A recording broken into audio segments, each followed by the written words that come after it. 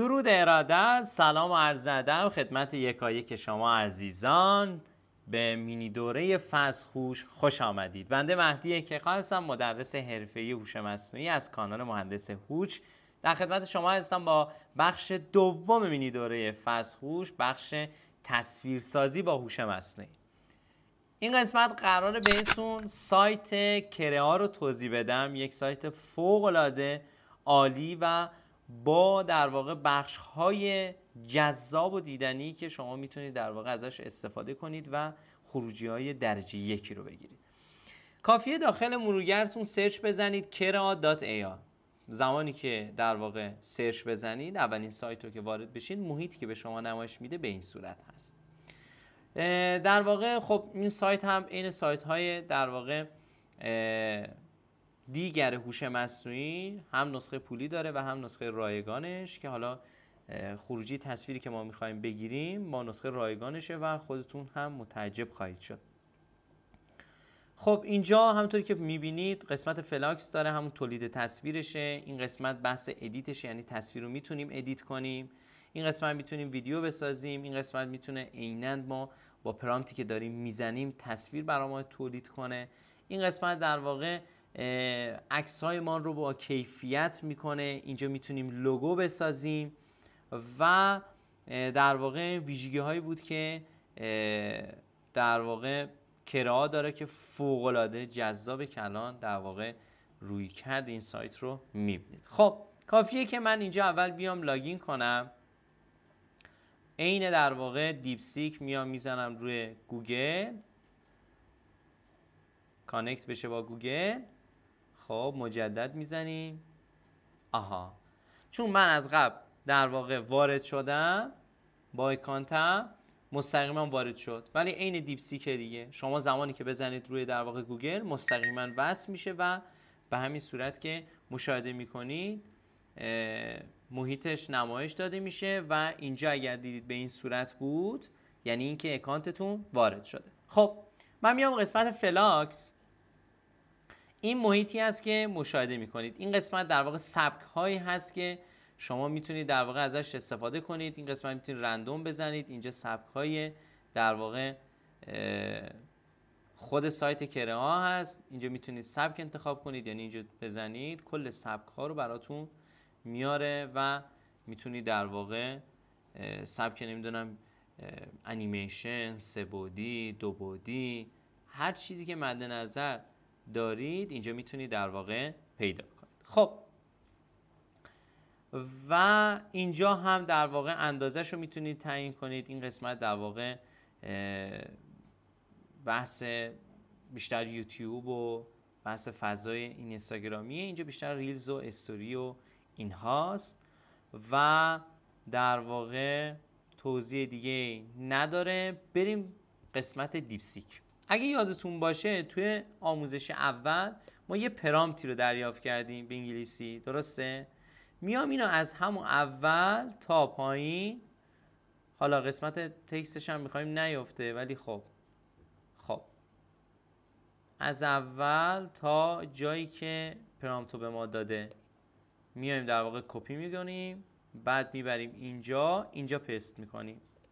حالا من میخوام 9:16 باشه، میخوام سایز استوری باشه، میزنم جنریت، ببینیم چی به ما تحویل میده. ببینید نسخه رایگان کرئا به چه صورته. شما در واقع 10 روز تقریبا 10 الی 12 تا میتونید خروجی بگیرید و هر روز در واقع این 10 الی 12 تا برای شما شارژ میشه. یعنی چی؟ یعنی اگر الان 10-12 تا رو استفاده کردید فردا دوباره این شارژ میشه. اما اگر اون روزش خیلی در واقع نیاز داشتید و الزامی بود باید ایمیلتون رو عوض کنید. خوبی سایت کرئا چیه؟ اینکه ایمیل موقت هم در واقع قبول میکنه. یعنی چی ایمیل موقت؟ حالا تا زمانی که خروجی ما رو میده، یکم سروراش در واقع شلوغه، میزنم توی در واقع مرورگرم ایمیل فیک یا موقت، فرقی نمیکنه.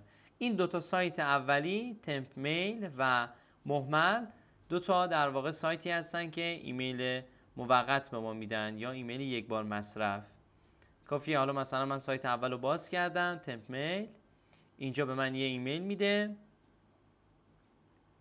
ایمیلش رو من اینجا کپی میکنم، بعد میرم تو سایت کرئا، یه قسمت داشت که با اکانت گوگل من، با جیمیل من وارد میشد دیگه، اون پایینش ولی داشت ایمیلتون رو وارد کنید، ایمیل که وارد کنید، پسورد رو وارد کنید، بعد دوباره براتون کد میفرسته. کد کجا میاد؟ کد میاد دقیقاً اینجا. یه ریفرش که کنید، اینجا در واقع تازه کردن رو بزنید، اینجا کد ارسال میشه، کد رو داخل سایت میزنید و بعد در نهایت شما وارد در واقع سایت کرئا میشید. خب یکم متاسفانه سروراش شلوغه و موقعی هم حالا ما داریم ویدیو رو ضبط میکنیم پیک شلوغیه در واقع سایت کرئا هست. حالا امیدواریم جواب ما رو بده، حداقل اذیتمون نکنه. ولی حالا بخوام اگر توضیح بدم، این قسمت نوشته اد ایمیج، اینجا به چه درد میخوره؟ زمانی که شما بخواید یه رفرنسی بهش بدید که من میخوام مثلا این تصویره تو این خروجی که داری میگیری بشینه و داری یه رفرنسی میدی که این تصویر من مثلا اگر کفشی دارید که این کفشی مارک خاصی داره یا رنگ خاصی داره، شما میتونید اینجا اد ایمیج وارد کنید که زمانی که خروجی یک کفشی رو میده متناسب با این عکسی باشه که اینجا گذاشتید. این برام که در واقع اد استایل که میتونید سبک‌های متفاوت از انیمیشنی، کارتونی، رئال، دو بعدی، سه بعدی رو اینجا اضافه کنید. این هم در واقع پرامپتی است که ما بهش دادیم. این قسمت در واقع شما زمانی که میخواید از این در واقع پرامپت خروجی بیشتری بگیرید، رو این گزینه میزنید و هی برای شما 4 تا در واقع تصویر رو بهتون میده.